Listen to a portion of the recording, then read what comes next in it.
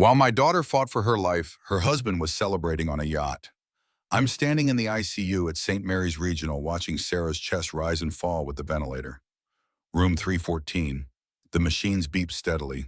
Her wedding ring catches the fluorescent light. Brandon hasn't been here in 3 days, but I know exactly where he is because Jessica posted it all over Instagram. The champagne, the sunset, the woman in the red bikini who isn't my daughter. $47,000 worth of yacht.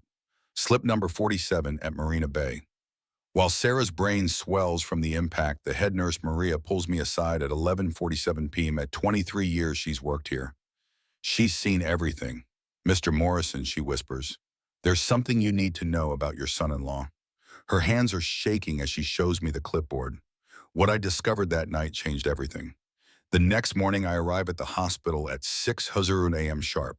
30 years as a family court judge taught me the value of being early, being prepared. The security guard at the ICU entrance stops me. Sorry, sir. Family access has been restricted to immediate family only.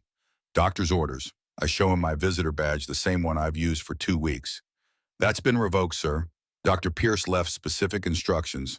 Dr. Pierce Brandon, my own son-in-law, has banned me from seeing my daughter. I call him straight to voicemail. I call the hospital administration. They'll look into it and get back to me.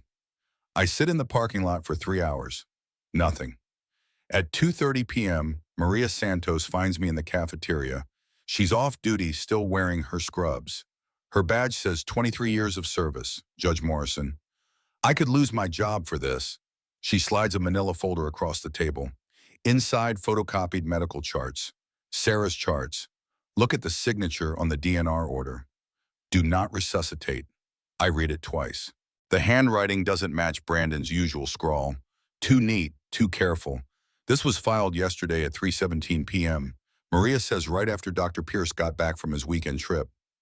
I study the timestamp. Brandon was still on the yacht when this was supposedly signed. I saw Jessica's Instagram story. They didn't dock until 4:30 p.m. There's more, Maria whispers. The attending physician, Dr. Patterson, never signed off on this. Hospital policy requires 2 signatures for DNR orders. This only has 1. Forged documents. In 30 years on the bench, I've seen plenty. Maria pulls out her phone, shows me a photo from the nurse's station computer screen. Visitor log for room 314, last 14 days. I count the entries. Brandon Pierce, October 15th, 7:22 p.m. October 18th, 11:45 a.m. That's it. 2 visits in 2 weeks. The other nurses are talking. Maria says about the phone calls. What phone calls? To the insurance company, doctor. Pierce has been calling them daily asking about life insurance policies. Death benefits. He thinks we don't hear him in the consultation room, but the walls are thin. $2.3 million, Sarah's life insurance policy. I remember when she bought it. Brandon insisted on the amount. We need to protect our future, he said. Maria checks her watch. I have to go, but Judge Morrison, there's something else about your granddaughter. Emma, 6 years old. Sarah's everything. Dr. Pierce filed papers with Child Protective Services yesterday claiming you are too old to care for Emma if something happens to Sarah. Says you have early-stage dementia. The lie hits me like a physical blow. I had a routine cognitive assessment last month. Perfect scores, clean bill of health. He's trying to isolate her, Maria says. Cut off everyone who cares about Sarah. It's a pattern we see sometimes, usually right before. She doesn't finish the sentence. She doesn't need to. My phone buzzes. Text message from Brandon. William, we need to talk. Tomorrow, 2 p.m. in my office. Not Dad, not Bill. William. I look at Maria, this woman risking her career to warn me. Thank you, I tell her. She stands to leave, then turns back. Judge Morrison. In 23 years, I've never seen a husband refuse to hold his wife's hand. Not once, Mom. That night, I sit in Sarah's room. Visiting hours are over, but I know which entrance the night security guard doesn't monitor. Old courthouse habits. I hold her hand. It's warm. Her pulse is steady under my thumb. The machines show brain activity, not the flat line of someone beyond hope, but the complex patterns of someone fighting to come back. I think about the yacht photos. Brandon's arm around Jessica. Both of them laughing while Sarah's brain was swelling. At 11:47 p.m., I make a decision that will change everything. I pull out my phone and dial a number I haven't used in 2 years. Tony Castellanos, Private Investigations. Tony, it's Bill Morrison. Remember that favor you owe me? 23 years ago, I presided over Tony's divorce case. Helped him keep custody of his kids when his ex-wife tried to disappear with them. Former FBI white-collar crime specialist. Now he traces cheating spouses and financial fraud. Judge Morrison, what do you need? I need you to investigate my son-in-law. Everything. Financial records, phone records, that yacht he's been posting about. I want to know how a resident surgeon affords a $47,000 weekend. What's the timeline? I look at Sarah's face. Peaceful fighting yesterday. The phone call ends. I write a check from my retirement account. $25,000. Tony's retainer fee. What Brandon doesn't know is that Jessica's yacht photos revealed something she never intended to show. The call comes at 7:23 a.m. I'm having coffee in Sarah's room reading her the morning news like I did when she was little. The sports section. She always loved baseball. William, we need to discuss Sarah's situation. Brandon's voice cold clinical like he's discussing a patient, not his wife. Her situation. I keep my voice level. 30 years of family court taught me never to show emotion on the first move. Let's be realistic here. The brain scans show significant trauma. The neurologist says recovery is unlikely. I watch Sarah's chest rise and fall. Steady, strong. Which neurologist? A pause. Dr. Henley. He's the best in the state. I write down the name. Tony will check that too. William, I know this is difficult, but I have to think about Emma's future, about my practice. I can't put my life on hold indefinitely. Your life, I repeat the words slowly. Yes, Sarah would want me to move on to find happiness. I think about Jessica in the red bikini, about the champagne photos posted while Sarah was having emergency brain surgery. Brandon, are you familiar with California's community property laws? Another pause, longer this time. I don't see why that's relevant. Well, as Sarah's husband, you're entitled to 50% of her assets, including the life insurance policy, but only if you're still married when she dies. The silence stretches. I can hear him breathing. What are you implying? I'm not implying anything. I'm stating a fact. $2.3 million is a lot of money for someone with your expenses, my expenses. The yacht rental, $47,000 for the weekend. That's what Jessica posted on Instagram. Marina Bay slip, 47, beautiful photos. I hear a sharp intake of breath. You've been watching Jessica's social media. Brandon, I'm a family court judge, retired but trained. I notice things like how someone affords a weekend yacht rental on a resident's salary, or why someone files a DNR order while they're still on the water. I don't know what you're talking about. The timestamp, Brandon, 3:17 p.m. yesterday, but Jessica's Instagram story shows you didn't dock until 4:30. Basic mathematics. The mask is starting to slip. Good. Look, William, I understand you're upset, but Sarah is brain dead. The machines are keeping her alive, but she's not coming back. Dr. Henley confirmed it. Interesting, because I called Dr. Henley this morning. He says he's never examined Sarah. Never even heard of her. Silence. You must have misunderstood. Brandon, I let his name hang in the air. I spent 30 years listening to liars in my courtroom. You're not very good at it. What do you want? There it is, the real question. I want you to stop filing false DNR orders. I want you to stop lying to insurance companies.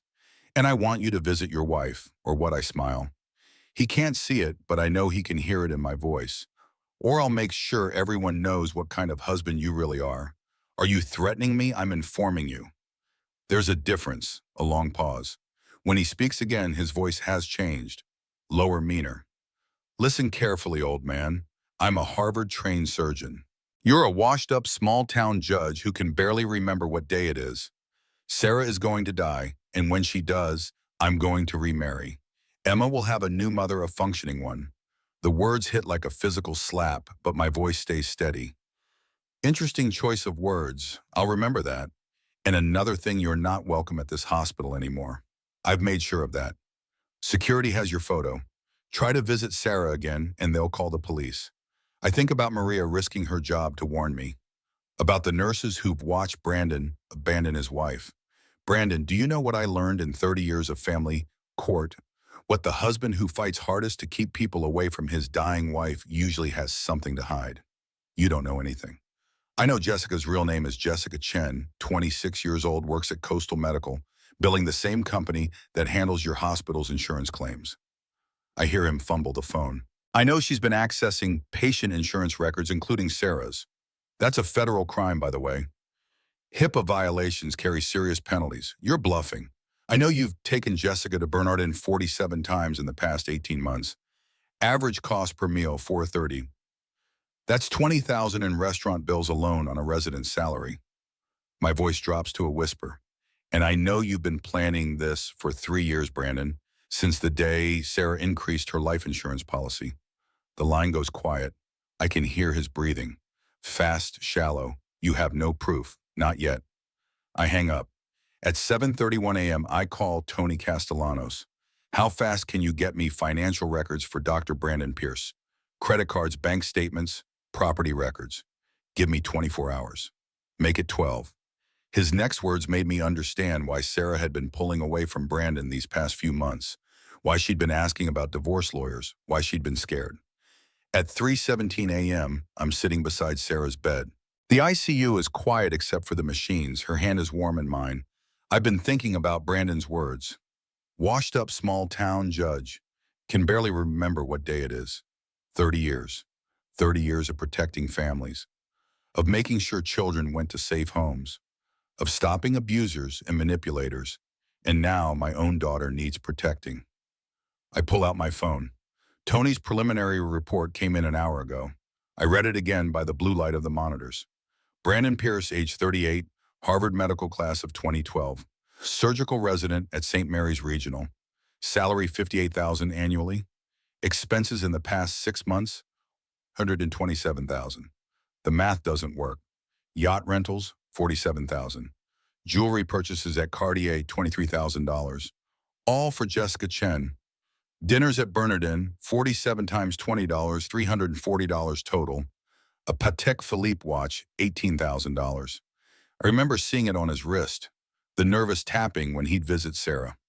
Where does a resident get that kind of money, I keep reading?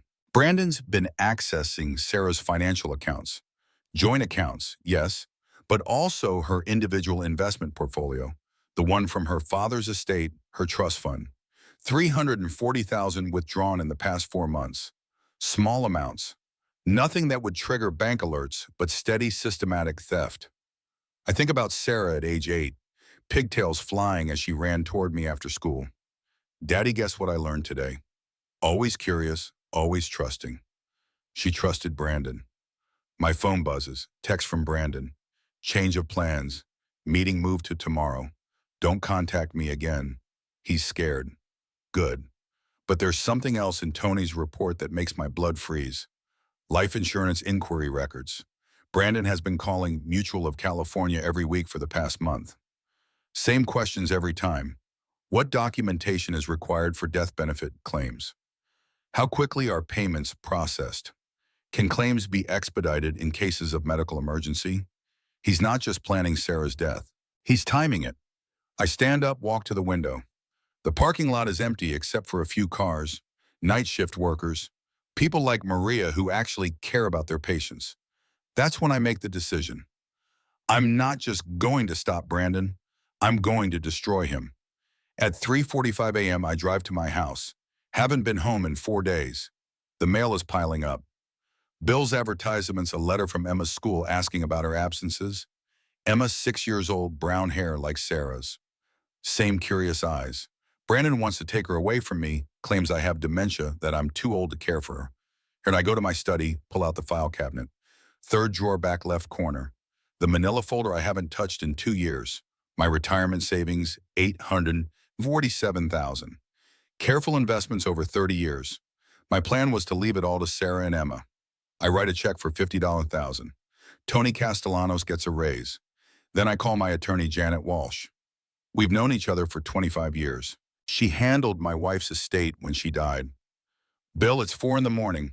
Janet, I need you to file an emergency petition. Temporary guardianship of my granddaughter. I have reason to believe she's in danger. What kind of danger? I tell her about the forged DNR, the insurance calls, the financial theft, Brandon's threats to take Emma away. My God, Bill, are you sure about this, Janet? I've spent 30 years watching bad people hurt good families. I'm not going to let it happen to mine. What do you need? Full financial investigation, forensic accounting. I want every penny Brandon has stolen, every lie he's told, every law he's broken. That's expensive, Bill. I think about Sarah's trust fund, the money Brandon has been stealing to buy jewelry for his mistress. Money isn't the issue. At 600 AM, I'm back at the hospital. I know which entrance security doesn't monitor. Old habits from my courthouse days. Sarah looks the same, peaceful, fighting. I lean close to her ear. Sweetheart, Daddy's here, and I'm going to make sure you're safe. Emma, too. Her heart rate increases slightly on the monitor just for a moment. She can hear me. At 6:15 AM, my phone rings. Janet Walsh. Bill, I've been thinking about your case. There's something you should know about forensic accounting investigations. What? They don't just find stolen money, they find everything, every hidden account, every false document, every federal crime. I smile for the first time in weeks. How soon can we start? What Jessica didn't know about her yacht photos would destroy them both. Dr. Kim arrives at 8:30 AM sharp. Forensic accountant, 22 years with the FBI's Financial Crimes Unit before going private. Janet recommended her. Judge Morrison, I've reviewed the preliminary materials your investigator provided. We're sitting in my study, coffee growing cold. Sarah's high school graduation photo smiles at us from the mantel. What's your assessment, Doctor? Kim, your son-in-law, is either incredibly stupid or incredibly arrogant. Possibly both. She opens her laptop. Spreadsheets fill the screen. Numbers I recognize from Sarah's bank statements. He's been systematic. Small withdrawals from the joint account. Nothing over $10,000 to avoid federal reporting requirements. But he made a crucial mistake, which is he used his hospital ID to access the transfers. Every transaction has a digital fingerprint. Timestamps, IP addresses, location data. She clicks to another screen. October 8th, 2:47 p.m. Withdrew $8,500 from Sarah's trust fund. The hospital system shows he was in surgery at that exact time. Appendectomy on a 12-year-old patient. Impossible to be in two places at once. More importantly, the withdrawals correlate perfectly with his expenses. October 9th, he spent $8,200 at Cartier. Bought Jessica Chen a diamond tennis bracelet. Dr. Kim shows me the receipt. Sarah's money-buying jewelry for Brandon's mistress while Sarah lay unconscious in the ICU. How much total? $340,000 over 4 months. But that's just what I found in 3 hours of searching. My phone rings. Tony Castellanos. Judge, you need to hear this. I've been monitoring Brandon's communications. That's legal. He's been calling Jessica on the hospital's landline. Public record. And Judge, the conversations are being automatically recorded. Hospital policy for quality assurance. I put the call on speaker. What did you find? October 15th, 9:22 p.m. Brandon to Jessica. Don't worry about the old man. Sarah will be gone soon, and then we'll have everything. The words hit like ice water. There's more. October 18th, 11:47 a.m. The insurance company says they need a death certificate within 48 hours for expedited processing. I can arrange that. Dr. Kim stops typing, looks up at me. Judge Morrison, that's conspiracy to commit insurance fraud. Federal crime, 20 years minimum. I think about Brandon's confident voice on the phone yesterday. I'm a Harvard-trained surgeon. You're a washed-up small-town judge. Tony, what else? Hospital security footage. Brandon hasn't just been avoiding Sarah's room. He's been actively steering other doctors away, telling them she's too far gone for consultation, preventing second opinions. Medical negligence, another federal crime. And Judge, remember those Instagram photos Jessica posted from the yacht? What about them GPS metadata? They weren't just partying while Sarah was dying. They were celebrating. Tony sends me the photo files. I open them on Dr. Kim's laptop. October 15th, 4:23 p.m. Brandon and Jessica on the yacht. Champagne glasses raised. Jessica's caption. To new beginnings. The timestamp shows this was posted exactly 37 minutes after Sarah's emergency brain surgery began. Dr. Kim, is this enough for criminal charges? Judge, this is enough to destroy him financially, professionally, and legally. At 10:15 a.m., I make my first move. I call Dr. Patricia Hammond, Chief of Staff at St. Mary's Regional. We served together on the hospital board 5 years ago. Patricia, I need to report a serious ethics violation. What kind of violation? Bill a doctor accessing patient financial records without authorization, using hospital systems to commit theft, falsifying medical documents.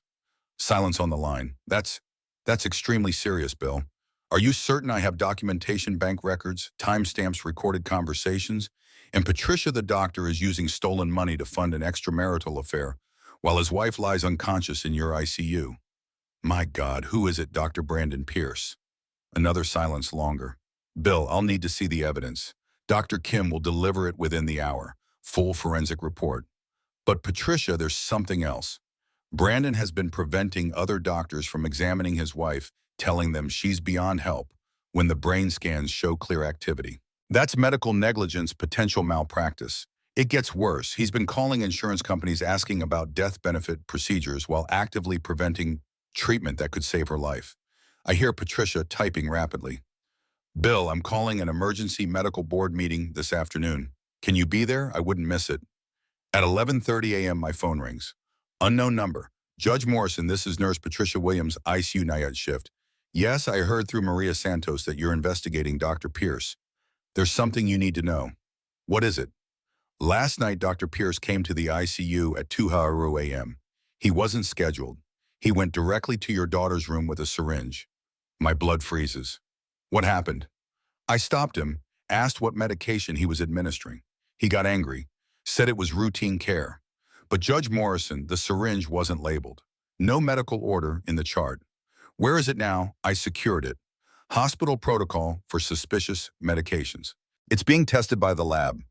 At 12:45 p.m., Dr. Kim calls. Judge Morrison, the lab results came back. What was in the syringe? Potassium chloride. Concentrated. Enough to stop a heart in minutes. Brandon had tried to murder my daughter. The nurses had been watching everything, and now they were ready to testify. I find Brandon in the hospital parking garage at 1:47 p.m. in level 3, near the doctor's reserved spaces. He's walking toward his BMW medical bag in hand. Brandon, he freezes, turns around slowly. The confidence from yesterday's phone call is gone. His face is pale. William, what are you doing here? I thought security had your photo. They do, but you know what's interesting about security cameras? I step closer. He takes a step back. They record everything, including doctors wandering the ICU at 2 a.m. with unmarked syringes. His hand trembles as he reaches for his car keys. The same hand that tried to inject my daughter with poison. I don't know what you're talking about. Potassium chloride, Brandon. Concentrated enough to stop a heart in minutes. The keys fall from his shaking fingers. Clatter on the concrete. That was routine medication.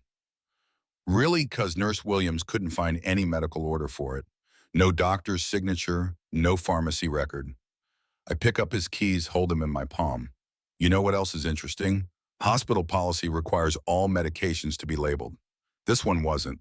Brandon's expensive suit is wrinkled, probably slept in it. The Patek Philippe watch he bought with Sarah's money catches the fluorescent light. How's the yacht, Brandon? He flinches like I've slapped him. Jessica's photos were beautiful. The champagne toast while Sarah was in surgery. Very romantic. You've been stalking us.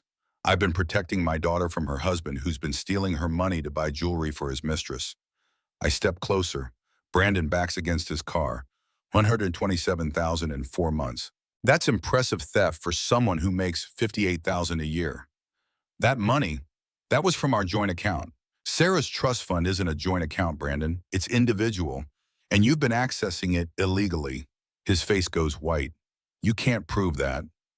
I pull out my phone, show him Dr. Kim's forensic report. Timestamps, Brandon. You withdrew $8,500 on October 8th at 2:47 p.m., but hospital records show you were in surgery. Appendectomy on a 12-year-old. He stares at the screen. Unless you've learned to be in 2 places at once, that's computer fraud. Federal crime. What do you want? The same question from yesterday's phone call, but now his voice is different, smaller. I want you to confess to what? Attempted murder, insurance fraud, theft, medical negligence? Take your pick. Brandon looks around the parking garage, empty except for us. No witnesses to his humiliation. You're insane. Am I? Because Dr. Hammond called an emergency medical board meeting for 3:00 p.m. today. They want to discuss your extracurricular activities. His hands are shaking so hard he can't hold his coffee cup steady. They can't do that without evidence. Evidence, Brandon. I have bank records showing you stole $340,000. Recorded phone calls where you discussed killing Sarah for insurance money. Hospital footage of you trying to inject her with poison. I hand him his car keys. But here's what really interests me. Jessica's Instagram account has been deleted. Her apartment lease was terminated yesterday, and she called in sick to work this morning. Brandon's mouth opens, closes. No sound comes out. Funny thing about accomplices, Brandon. When things get hot, they run. Jessica wouldn't. She loves me. She loves your money. Sarah's money. But now that the FBI is involved, she's probably somewhere with no extradition treaty. I turn to walk away, then pause. Oh, and Brandon, Emma won't be needing a new stepmother because you won't be around to provide one. His coffee cup falls to the concrete. Shatters. Channel 7's health reporter had questions Brandon couldn't answer. The news breaks at 6 p.m. Channel 7's investigative team. Tonight at 6, a prominent Bay Area surgeon accused of attempting to murder his comatose wife while stealing hundreds of thousands from her accounts to fund an affair. I'm watching from Sarah's room. Visiting restrictions mysteriously lifted after my conversation with Dr. Hammond. The reporter Susan Chen stands outside St. Mary's Regional. Professional, relentless. Dr. Brandon Pierce, a surgical resident here at St. Mary's, is under investigation for multiple felonies, including attempted murder, insurance fraud, and theft of marital assets exceeding $300,000. They show Brandon's photo, the one from the hospital website. Smiling confident. Sources tell Channel 7 that Dr. Pierce was caught on security cameras attempting to inject his comatose wife with a lethal dose of potassium chloride while she recovered from a traumatic brain injury. My phone buzzes. Text message from an unknown number. Judge Morrison, this is Jessica. We need to talk. I show the text to Tony Castellanos. He's been sitting with me since 4 p.m. waiting for Brandon's response to the media coverage. She's scared, Tony says, probably trying to cut a deal. Should I respond? Not yet. Let's see what Brandon does first. On screen, Susan Chen continues her report. Hospital records show Dr. Pierce visited his wife only twice in 3 weeks, while spending lavishly on his girlfriend, including a $47,000 yacht rental posted on social media during his wife's emergency brain surgery. They show the Instagram photos. Brandon and Jessica with champagne glasses. The timestamp, October 15th, 4:23 p.m. Sarah Morrison Pierce was fighting for her life while her husband celebrated with another woman. The camera cuts to an interview. Dr. Patricia Hammond, Chief of Staff. We take these allegations extremely seriously. Dr. Pierce has been suspended pending a full investigation. Patient safety is our highest priority. My phone rings. Brandon, you did this. His voice is different, desperate, angry. Did what you called the media, destroyed my reputation, my career. I watched Sarah's peaceful face, the steady rise and fall of her chest. I didn't call anyone, Brandon, but when you try to murder someone in a hospital, word tends to get out. I wasn't trying to murder her. That was medication. Potassium chloride isn't medication, Brandon. It's what they use in lethal injections. Silence on the line. The reporters are calling me asking about the money, about Jessica. Where is Jessica, by the way? She's staying with friends. Really, because her landlord says she moved out yesterday. Paid the lease termination fee in cash. $8,000. I hear him breathing. Fast, shallow. You're destroying my life. You destroyed your own life the moment you decided my daughter was worth more dead than alive. The news report continues. Now they're showing the hospital parking lot, the same garage where I confronted Brandon 6 hours ago. Dr. Pierce refused our request for an interview, but sources say he appeared visibly shaken when confronted with evidence of his alleged crimes. They cut to footage of Brandon leaving the hospital stumbling. His BMW parked crooked across 2 spaces. The FBI's white-collar crime division has opened a formal investigation. If convicted, Dr. Pierce could face up to 30 years in federal prison. Brandon's voice comes through the phone, barely a whisper. 30 years. Insurance fraud is a federal crime, Brandon. So is attempted murder and computer fraud and medical negligence. I need a lawyer. You need several lawyers. Different specialties. Criminal defense, medical malpractice, federal crimes. That's going to be expensive. I don't have money for lawyers. You have 127,000 worth of jewelry. Of course you'd have to get it back from Jessica first. Another silence. She's not answering her phone. Funny thing about accomplices, Brandon. When the FBI gets involved, they start thinking about cooperation agreements. The news report ends with a number for tips. If you have information about this case, please call our investigative hotline. My phone immediately starts buzzing. Unknown numbers. Reporters wanting quotes. I turn it off. At 7:30 p.m., Tony shows me Jessica's new Instagram account. Different name, J. Chen Travels. Posted from LAX airport 2 hours ago. Flight to Vancouver, Tony says. Then probably somewhere without extradition treaties. I look at the photo, Jessica in first class, champagne glass raised. The same pose from the yacht, but this time she's alone. The caption, new chapter. Brandon's partner in crime had abandoned ship. His life was unraveling exactly as planned. The forensic accountant's final report arrives at 9:00 a.m., 147 pages. Every transaction, every lie, every crime. Dr. Kim sits across from me in Janet Walsh's conference room. 3 boxes of evidence on the table between us. Judge Morrison. In 22 years of financial investigations, I've rarely seen fraud this systematic. She opens the first box. Bank statements, credit card records, hospital access logs. Brandon Pierce didn't just steal money, he created an entire false identity to cover his tracks. What do you mean he opened accounts under variations of his name?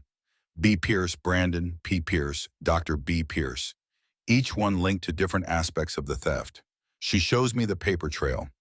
Sarah's trust fund money flowing through multiple accounts before ending up in Brandon's hands. October 3rd, 12,000 withdrawn from Sarah's trust. October 4th, around 12,000 deposited into the B. Pierce account.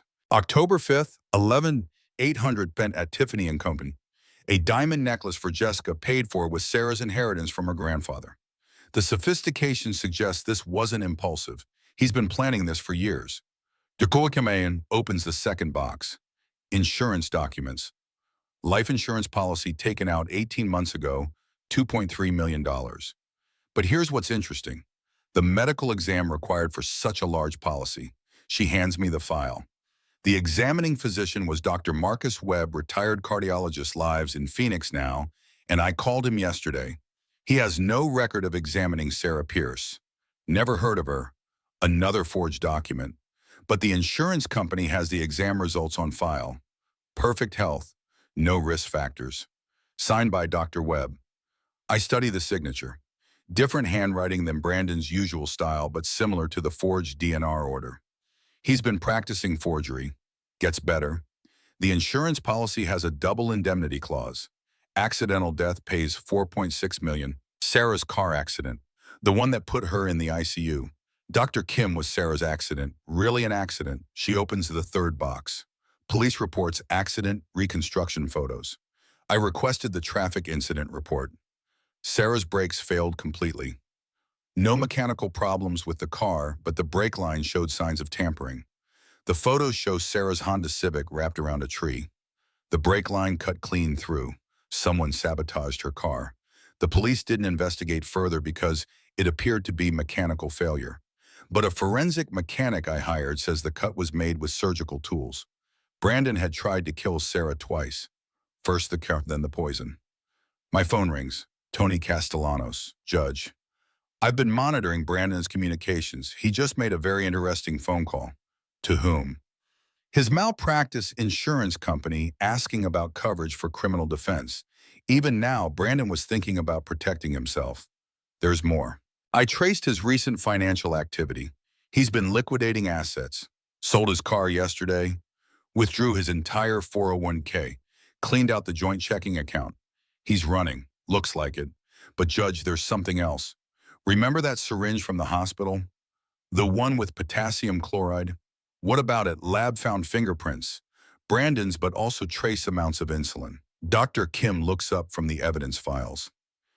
Insulin mixed with potassium chloride would mask the cause of death. Look like diabetic shock instead of poisoning. How long would Sarah have survived? Minutes, maybe less. I think about Nurse Williams stopping Brandon in the ICU if she hadn't intervened. Dr. Kim, what's our total evidence count? She consults her laptop. Financial crimes, 47 separate incidents of theft, totaling $340,000. Insurance fraud, 8 forged documents. Attempted murder, 2 documented attempts. Medical negligence, 15 instances of patient abandonment. She closes the laptop. Judge Morrison, this case is bulletproof. Even if half the evidence were thrown out, there's enough to convict on multiple felonies. At 11:30 a.m., FBI Special Agent Maria Rodriguez calls. Judge Morrison, we've issued federal warrants for Brandon Pierce and Jessica Chen. Bank fraud, wire fraud, conspiracy to commit murder. Have you found them? Jessica Chen was arrested at Vancouver International Airport attempting to board a flight to Dubai. She's being extradited. And Brandon's still at large. But Judge Morrison, we found something in Jessica's luggage that might interest you. What a laptop computer with detailed records of the insurance fraud scheme. Email conversations planning your daughter's murder, and Judge Morrison. Yes, timestamp photographs of them celebrating what they called the successful accident the night Sarah was injured. They had documented their own crimes. The forensic accountant's discovery made even me gasp. The courtroom is packed, standing room only. I haven't seen this much public interest since the Peterson murder trial in 2018. Department 12, Riverside County, Family Court, the same courtroom where I presided for 15 years. Now I'm sitting at the petitioner's table, fighting for my granddaughter's future. Judge Rebecca Martinez presides. Sharp fare. I trained her when she was a junior prosecutor. Brandon sits across the aisle with his attorney Marcus Clean. Expensive suit, but Clean looks nervous. He's been handed an impossible case. The gallery buzzes with whispers. Hospital staff reporters, FBI agents in the back row. Emma sits beside me. 6 years old, brown hair and pigtails, just like Sarah at her age. Is Mommy going to be okay? Grandpa?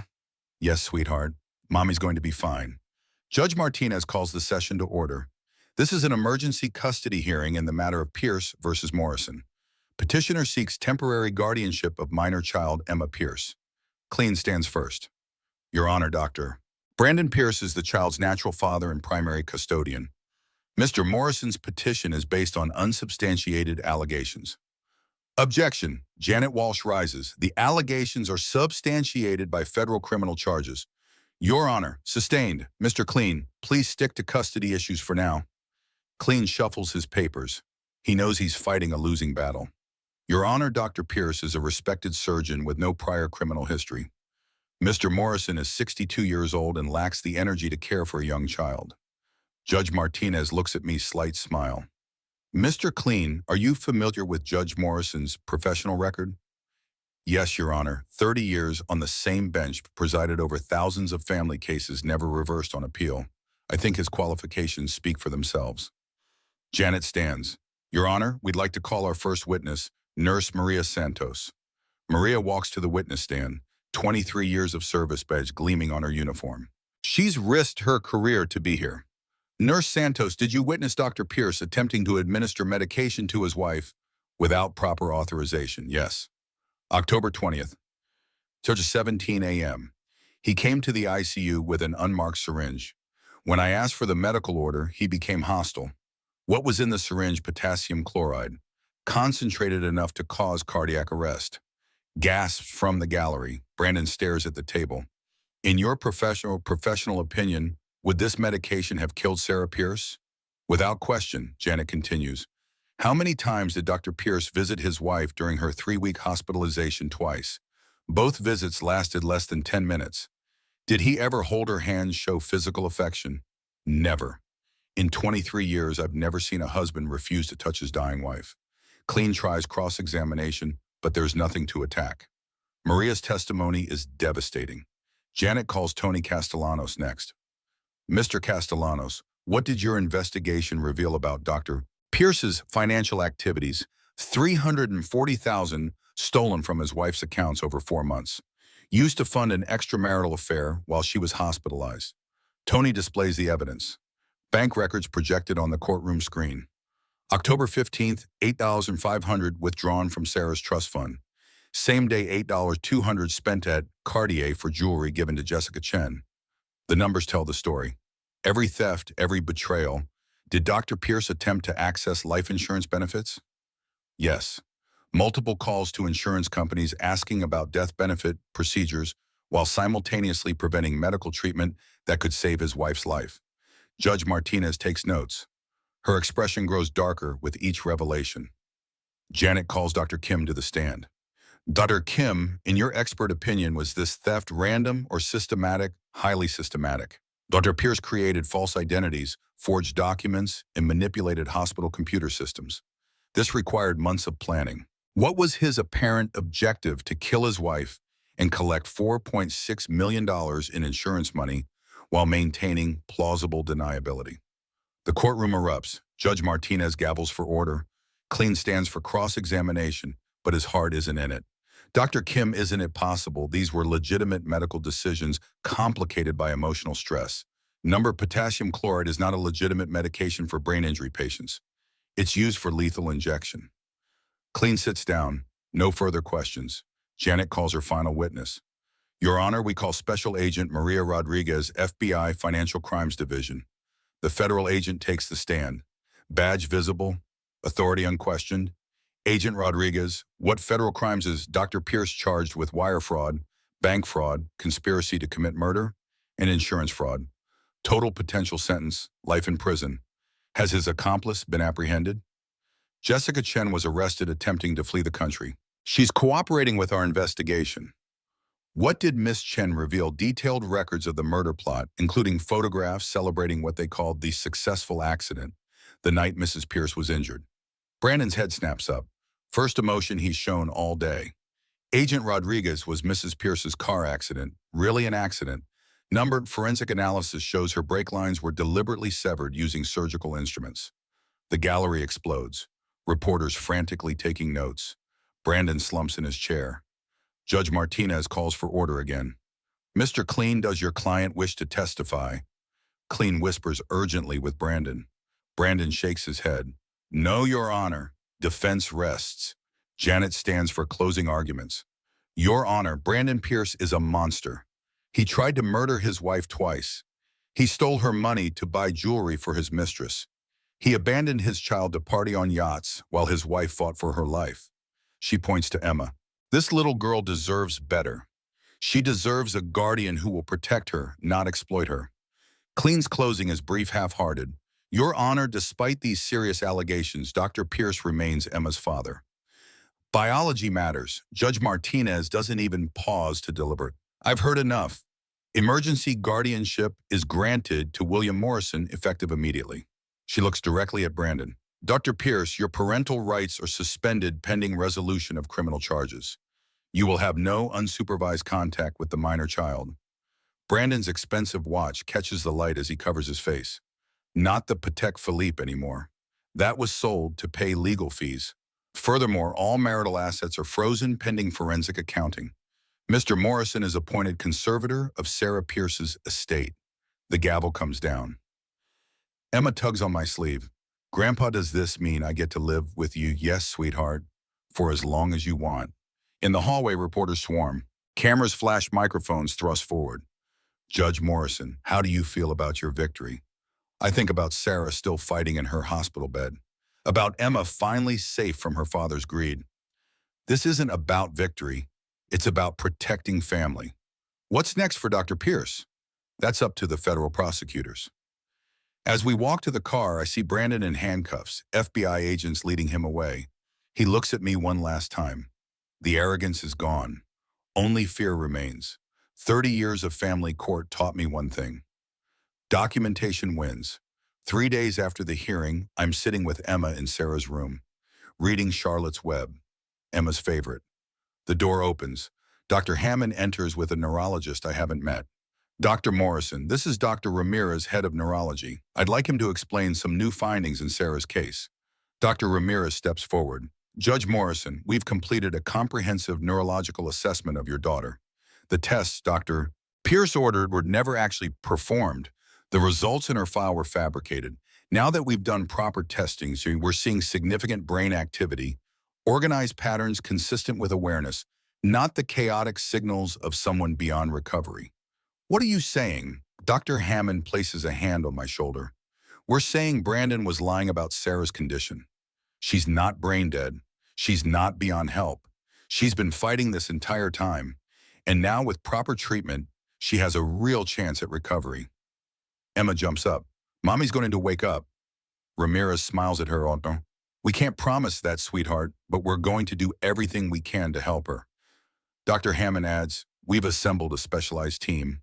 Neurologists, physical therapists, experts in traumatic brain injury. The best care available." I look at Sarah, her face peaceful, determined. She's been fighting all along despite Brandon's attempts to convince everyone she was gone. I should have known. She never gave up on anything in her life. The next morning, I arrive at the hospital to find Dr. Hammond waiting for me. "We need to talk, Bill. FBI found something in Brandon's office." "What patient files?"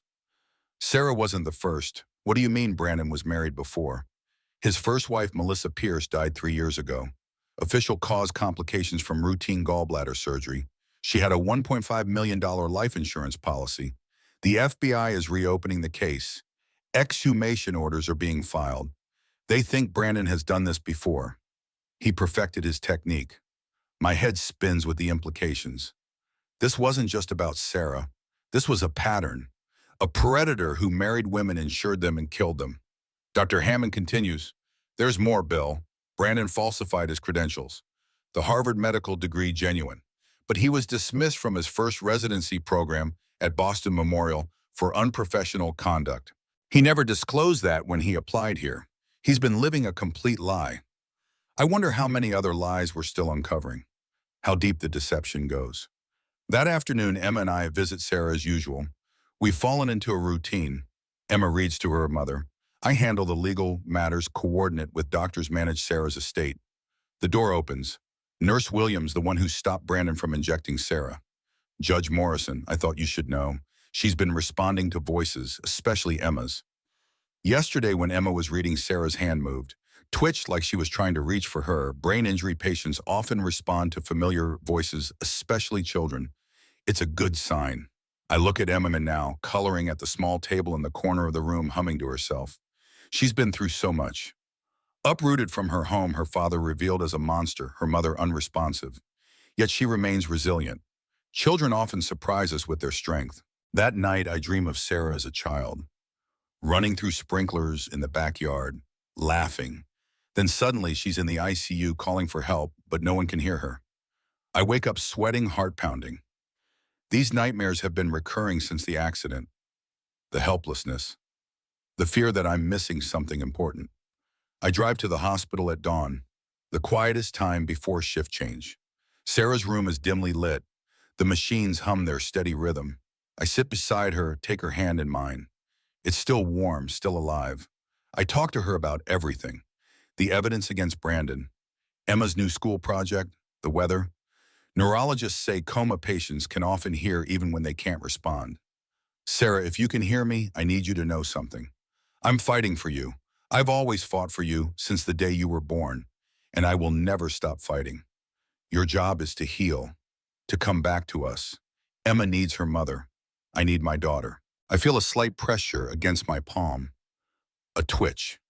So faint I might have imagined it, but then it happens again. Definite pressure. Sarah's fingers moving against mine. I hit the call button. Nurse Maria rushes in. She's responding. Her hand. She squeezed my hand. Maria checks the monitors, examines Sarah. There's definitely increased brain activity. I'll get the doctor. This could be significant. Mr. Ramirez arrives within minutes, still wearing his coat, clearly just arrived for his shift. He examines Sarah, checks the monitors. "Judge Morrison, this is encouraging. The patterns have changed from yesterday, more organized, more purposeful. It's still a long road, but she's moving in the right direction. Can she hear us, understand us possibly?" Brain injury recovery isn't linear. Patients often cycle through different states of awareness before fully regaining consciousness. But I want to be clear. This is a positive development. The next 72 hours will be critical. I called Janet immediately. She's been more than a lawyer through all this. A friend. Someone who understands what we're fighting for. Janet Sarah squeezed my hand this morning. The doctor says her brain activity is improving. That's wonderful, Bill, but there's something you need to know. What I just got off the phone with the FBI. They found Brandon's storage unit. It contained detailed plans, floor plans of your house, notes about your daily routine, your security system, a printout of Emma's school schedule. What are you saying? I'm saying Brandon wasn't just planning to kill Sarah. He was planning something for you and Emma as well. The realization hits like physical pain. After collecting the insurance money, Brandon would have eliminated any remaining obstacles to Sarah's estate. Her father, her daughter, clean and simple. 3 accidents, 3 tragic deaths in one family. He would have walked away with everything. Janet continues. The FBI wants you and Emma in protective custody until they're sure there are no other accomplices. There's no evidence Jessica was involved in this aspect of the planning, but they can't be certain. I resist the urge to look over my shoulder, to check the locks, to grab Emma and run. No, we're not hiding. Sarah needs us here. We'll increase security at the hospital and at home. But we're not disappearing. Janet sighs. I knew you'd say that. That's why I've already hired private security. Ex-military. They're on their way to the hospital now. 4-man team rotating shifts. No one gets near Sarah or Emma without clearance. I feel a wave of gratitude. 30 years on the bench and I've made some valuable friends. People who understand what family means. The next morning, I noticed 2 new maintenance workers in the ICU. Clean cut, alert eyes, the security team blending in. Good. Emma doesn't need to be frightened by obvious bodyguards. She's been through enough. Tony calls at noon. Judge, I've been going through Jessica's computer files. The ones the FBI found in Vancouver. She kept a diary. Digital, password protected, but we cracked it. What did it say? It goes back 18 months. Details their relationship from the beginning. Brandon approached her specifically because she worked in medical billing, had access to insurance records. He seduced her, promised her a new life when Sarah was gone. But here's what's interesting. Jessica was getting cold feet. The last entry, dated 3 days before Sarah's accident, says Brandon is scaring me. The way he talks about S dying, like he's looking forward to it. I told him I can't do this anymore, and he got so angry. Said I was in too deep to back out now. That I'd go to prison too if I talked. What if he hurts me too? Jessica wasn't just an accomplice. She was being manipulated, possibly coerced. That doesn't excuse her crimes, but it fits a pattern. Brandon the predator. Targeting vulnerable women. First his wives for their money, then Jessica for her access to records. The hospital calls at 2:17 p.m. Sarah's neurological activity has spiked dramatically.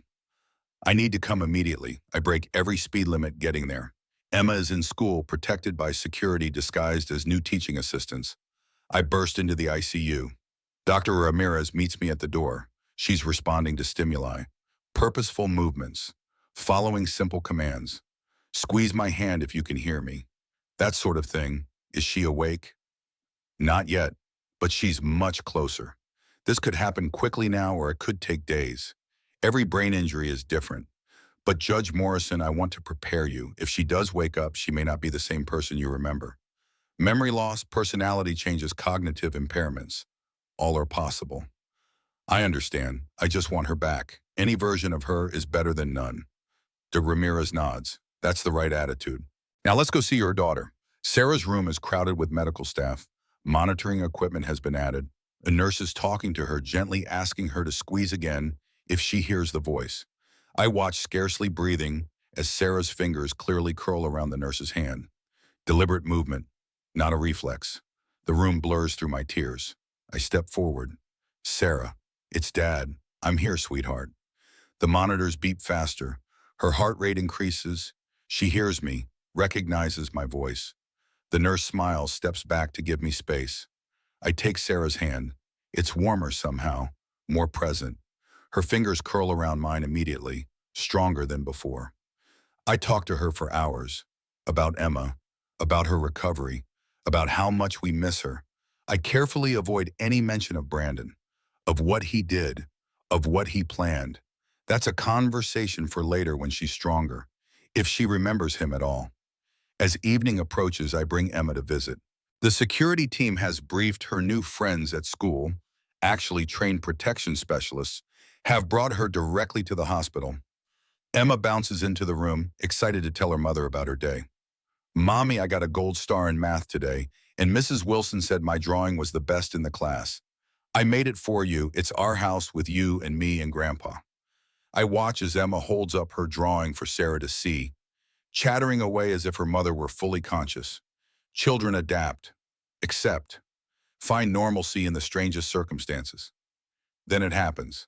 As Emma reaches the end of her story, she places her small hand on her mother's arm. Sarah's hand lifts, shaky, uncertain but deliberate, rises to touch Emma's cheek. Emma freezes. Mommy Sarah's fingers brush her daughter's face, the touch of a mother who's traversed the darkness to return to her child. The monitors erupt with activity. Dr. Ramirez rushes in. Sarah's eyelids flutter, once, twice, then open. Then, unfocused at first, then slowly finding Emma's face. Recognition dawns. A tear slips down Sarah's cheek. Emma throws herself forward. Mommy, you're awake. The moment Sarah Pierce opened her eyes, Brandon's carefully constructed house of cards collapsed completely. His wife, who was supposed to die quietly and profitably, had returned from the precipice. And she remembered everything. The days following Sarah's first signs of responsiveness blurred together in a hopeful haze. What began as a finger twitch evolved into deliberate movements, then simple commands, and finally, after 3 grueling months of rehabilitation, words. I was sitting beside her bed, reading the morning paper like I'd done every day when I heard it. Daddy. Her voice was weak but clear, a sound I'd feared I might never hear again. I looked up, met her eyes fully open, aware present. The newspaper slipped from my hands. The doctors had warned me recovery might never come, that the brain damage was likely too severe. They were wrong. I'm here, sweetheart. She tried to sit up. I helped her, careful of the IV lines still attached to her arm. Where's Brandon? I'd been dreading this question for weeks. He's gone, Sarah. He can't hurt you anymore. She nodded slowly as if confirming something she already suspected. I remember some things. The car, the brakes not working, and Brandon, he was angry about something. Money. You don't need to think about that now. Emma is with me, safe, happy. She's been reading to you every day. Sarah smiled for the first time in 4 months. Each expression, each word from her felt like a miracle snatched from the jaws of Brandon's plan. The criminal trial had concluded the previous week. Proceedings I'd sheltered her from during these critical early days of her recovery. Brandon Pierce guilty on all counts. 25 years to life, no possibility of parole. Jessica Chen, 8 years, eligible for parole in 4. The civil lawsuit had recovered everything: Sarah's trust fund, the stolen assets, punitive damages totaling $1.2 million. Brandon's medical license permanently revoked, his yacht seized by the FBI, auctioned to pay restitution. Emma ran into the hospital room, backpack bouncing against her small frame. Mommy, you're awake. Sarah hugged her daughter, both of them crying happy tears. I missed you so much, baby. Grandpa took good care of me. We made pancakes every Sunday and we visited you every day. I watched them, this reunion that Brandon had tried to prevent, that he'd actively worked to ensure would never happen. Instead, he sat in a prison cell while Sarah held her daughter. Dr. Patricia Hammond stopped by during evening rounds, her clinical assessment tempered with genuine warmth. Sarah, your recovery is remarkable. The neuroplasticity we're seeing is extraordinary. When can I go home? Few more weeks of physical therapy, but your prognosis is excellent. Words that seemed impossible during those dark days when Brandon was actively steering doctors away from Sarah's case, claiming she was beyond recovery. That night, Emma fell asleep in the chair beside Sarah's bed. I covered her with a blanket. Dad, yes, thank you for protecting us. That's what fathers do. Sarah took my hand. Her grip was strong, defying the months of immobility. I should have listened when you warned me about him. You were in love, Sarah. You wanted to believe the best in people. I won't make that mistake again. Outside, the sun set over the Bay Area. Emma stirred in her sleep, mumbling about tomorrow's spelling test. My family whole again. Some people think vulnerability equals weakness. They forget that protecting family is the strongest force in the world. The next morning brought Sarah's first session with Dr. Landon, the hospital's top neurological rehabilitation specialist. I watched through the observation window as she tested Sarah's cognitive functions, memory, reasoning, motor skills. Sarah struggled with some tasks, excelled at others. The brain rewires itself in mysterious ways after trauma. But Landon emerged from the session looking pleased. Judge Morrison, your daughter's recovery is progressing remarkably. Her long-term memory remains largely intact. Some short-term memory issues, but that's expected. Most importantly, her personality and core identity appear unchanged. The woman you knew before the accident is still there. I exhaled a breath I hadn't realized I was holding. During the months of Sarah's coma, I'd prepared myself for all possibilities, that she might wake with a different personality, different memories, a stranger wearing my daughter's face. But Sarah was still Sarah, determined, intelligent, loving. Brandon had failed to erase her, just as he'd failed to erase me. 3 weeks into Sarah's recovery, FBI Special Agent Rodriguez requested a formal statement. I wanted to protect Sarah from reliving the trauma, but she insisted. I need to tell my story. My words, my truth, not what Brandon said about me. I listened from the corner as Sarah recounted the months leading to the accident. Brandon had become increasingly controlling, secretive. She'd discovered unusual withdrawals from their joint accounts, suspected an affair. I'd confronted him about the money. He said it was for a surprise vacation. I pretended to believe him, but I started making preparations, consulted. A divorce attorney secretly began documenting everything. Agent Rodriguez leaned forward. Did you suspect he might harm you? Sarah's eyes met mine across the room. No, I thought he was cheating, stealing. I never imagined he'd try to kill me. That's the worst part. I still trusted him with my life, even when I'd stopped trusting him with our money. What do you remember about the accident? Sarah closed her eyes. Fragments. I was driving home from work. The brakes. I pressed them and nothing happened. Just that sick feeling of the pedal going all the way to the floor with no resistance. I remember trying to downshift to use the emergency brake. Then the tree. I remember thinking about Emma, that I needed to stay alive for Emma. Agent Rodriguez steered the conversation toward Jessica Chen. Had Sarah met her, suspected her involvement? I knew Brandon spent time with staff from the billing company. Holiday parties, work functions. I might have met her, but I don't specifically remember her. What I do remember is finding a receipt for a woman's bracelet in Brandon's coat pocket 2 months before the accident. When I asked about it, he said it was for his mother's birthday. But his mother's birthday is in August, and this was April. Each detail Sarah provided completed another piece of the puzzle: Brandon's methodical plan, his grooming of Jessica as an accomplice, his isolation of Sarah from friends and family who might notice something wrong.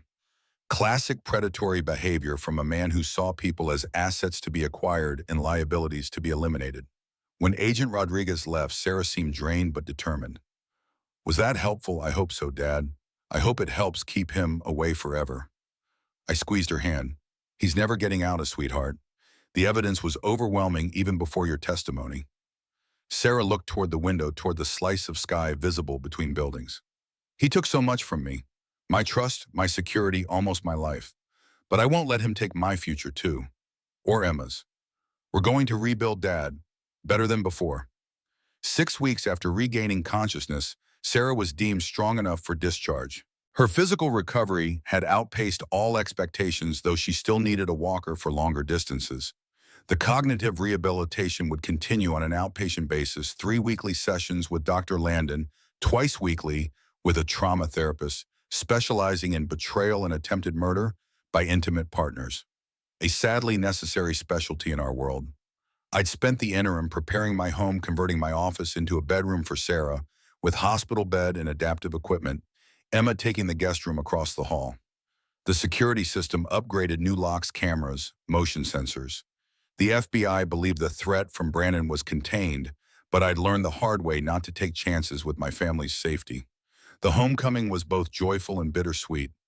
Sarah paused at the threshold, leaning on her walker. This isn't how I imagined coming to live with you again, Dad. Not since I was 18 and heading to college. I placed my hand on her shoulder.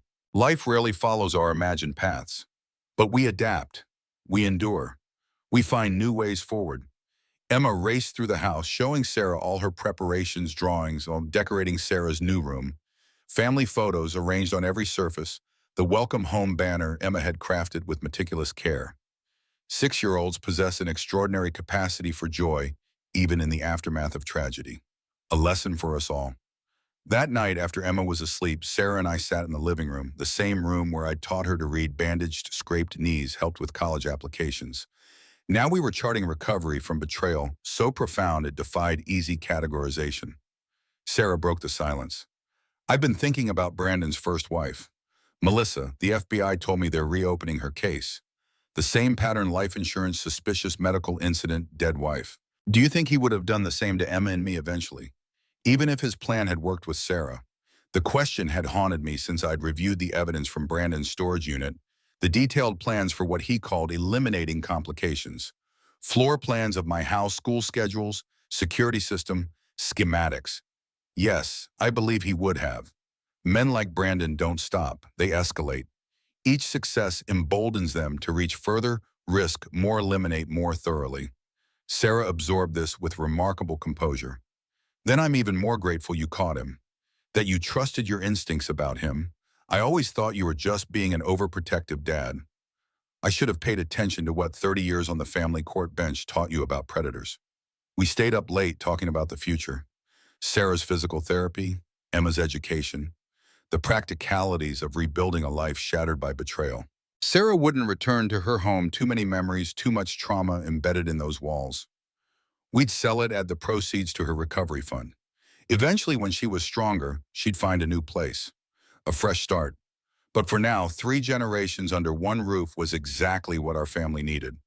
The next morning brought our first test. A reporter from the Bay Area Tribune arrived unannounced, somehow past the gate, past the security system, standing on the porch with a notebook and an agenda. Judge Morrison, the public has questions about the Pierce case, about the inheritance, about the timing of your intervention. Some are suggesting you manipulated the situation for financial gain. I felt the familiar rage building, the same rage that had fueled me through months of fighting for Sarah's life, for Emma's safety. But I contained it. 30 years on the bench had taught me that rage makes you sloppy, makes you vulnerable. I stared at the reporter with the cold assessment of a man who'd seen the worst humanity offers and survived. My daughter was nearly murdered by her husband. My granddaughter nearly orphaned. If you're looking for a villain in this story, you're standing at the wrong door. I closed the door, engaged the locks, and returned to the kitchen where Sarah and Emma were making pancakes. Our Sunday tradition now, the reporter's questions troubled me, not for their content, but for their existence. Someone was pushing a counter-narrative, someone with resources, media connections. Brandon from behind bars, his family perhaps. I made a note to call Tony Castellanos. We needed to monitor this situation. 2 days later, we received confirmation of our suspicions when Tony called. Judge, I've been monitoring communications to and from the prison. Brandon's been corresponding with his parents. They've hired a PR firm specializing in reputation management. They're building a narrative that you manipulated evidence that Sarah's inheritance was your motivation. Classic Darvo deny, attack reverse, victim and offender. I've seen it in every major case I worked at the FBI. The campaign's modus operandi became clear over the following weeks. No direct accusations that could trigger libel suits, just questions about timing, about evidence, about my role as conservator of Sarah's estate. Insinuations calculated to cast doubt on the overwhelming evidence of Brandon's guilt. Sarah was outraged when she learned of these efforts. I survived his attempt to murder me, and now he's trying to murder my reputation. The familiar fire in her eyes, the determination that had seen her through law school, through early motherhood, now through recovery from attempted murder. They won't get away with it, Dad. We have something they don't, the truth. 3 months after Sarah's homecoming, we received notification that Brandon's appeal had been filed. His legal team was alleging procedural errors, challenging evidence admissibility, questioning witness testimony. Standard appeals process, but accompanied by the ongoing whisper campaign in certain media outlets. It felt like a coordinated assault. Janet Walsh reviewed the appeal documents with her characteristic thoroughness. There's nothing here, Bill. Desperate arguments from desperate people. The evidence is rock solid. Multiple witnesses, financial records, digital footprints, the recording from the hospital phone system, the potassium chloride in the syringe, the tampered brake line. He's going nowhere except back to his cell. Meanwhile, Sarah continued her remarkable recovery. The walker gave way to a cane, then to walking unaided. Speech therapy resolved the slight hesitations in her verbal processing. Cognitive exercises sharpened her short-term memory. 6 months after waking from her coma, medical professionals marveled at her progress. Only the occasional headache and a slight limp remained as physical reminders of Brandon's attempt on her life. The psychological healing proved more complicated. Nightmares plagued her, visions of Brandon returning of breaks, failing of waking in the hospital, to find him standing over her with another syringe. The trauma therapist assured us these were normal, would diminish over time. But some wounds leave invisible scars that never fully fade. Emma adjusted with the resilience of childhood, but questions emerged as her understanding grew. One evening, helping her with homework, she looked up suddenly. "Grandpa, why did Daddy try to hurt Mommy?" "Was it my fault?" The question pierced my heart. "No, sweetheart. Never your fault. Your daddy made terrible choices because he wanted money more than he wanted family. But your mommy fought to come back to you, and I fought to keep you safe because we love you more than anything in the world." 6 months to the day after Sarah regained consciousness, we attended Brandon's appeal hearing. Sarah insisted on being present, on facing him across the courtroom. "I need to look him in the eye. Need him to see he failed. Need to know it's really over." Emma stayed with Maria Santos, who had become a close family friend. The courtroom was packed, just as it had been for the trial. The same mix of hospital staff, reporters, law enforcement. But the energy was different. Before, uncertainty had reigned. Now justice awaited confirmation. Brandon sat at the defense table, prison jumpsuit replacing the expensive suits he once favored. Thinner, paler, but his eyes remained calculating, assessing, looking for angles and advantages, even now. When Sarah entered, those eyes locked onto her with an intensity that made my hand tighten on her elbow. She felt it too, straightened her spine, lifted her chin, stared back without flinching. The three-judge panel entered. The appeal arguments preceded technical points about evidence handling, witness testimony, jury instructions. Brandon's attorney presented the case without conviction, going through motions required by the appeal process. The prosecutor's rebuttal was brief, confident. The evidence was overwhelming, the conviction sound, the sentence appropriate for the crimes committed. The judges conferred briefly before the senior jurists delivered their decision. Having reviewed all arguments and evidence presented, this court finds no grounds for appeal. The conviction and sentence stand as determined by the original trial court. Appeal denied. Simple words that closed another chapter in our ordeal. Brandon's shoulders slumped momentarily before his mask reasserted itself. His attorney leaned over, whispered something. Brandon nodded, rigid, controlled. They would appeal to the next level, of course. Standard procedure. But each rejection diminished the already minimal chances of success. Outside the courthouse, reporters gathered. Sarah surprised me by stepping toward the microphones. She'd avoided media throughout her recovery, throughout the trial. But now, on the courthouse steps, she found her public voice. "Today confirms what the original verdict established, that my husband methodically planned my murder for financial gain. That he sabotaged my car, stole my money, and later attempted to inject me with a lethal substance while I lay unconscious." She paused, gathering strength. "But his plan failed. Thanks to my father, to dedicated medical professionals, to law enforcement, and prosecutors who fought for the truth. Most importantly, because some bonds can't be broken by betrayal. Family, love, the will to survive for those who depend on you." The cameras captured every word.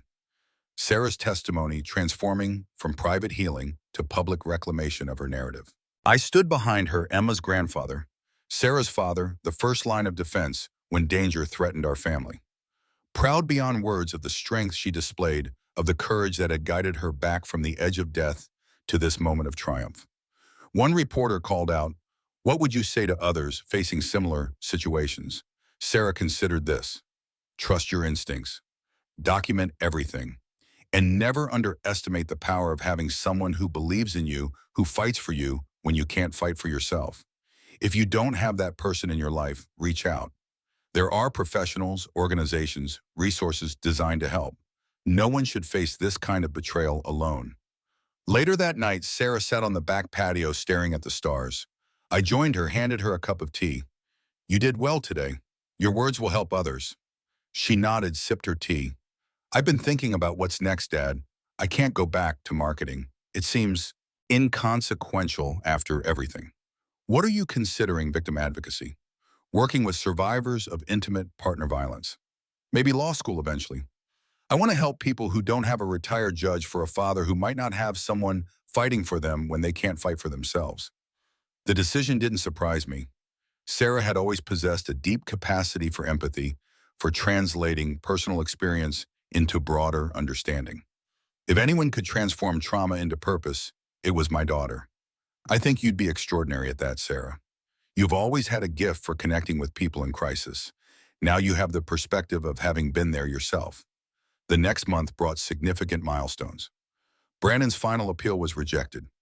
Jessica Chen began cooperating fully with prosecutors investigating Brandon's first wife's death. The exhumation revealed toxicology markers consistent with insulin overdose, Brandon's signature method masked as natural causes. Additional charges were filed, ensuring he would never know freedom again. Sarah found a victim advocacy organization willing to train her to channel her experience and determination into helping others.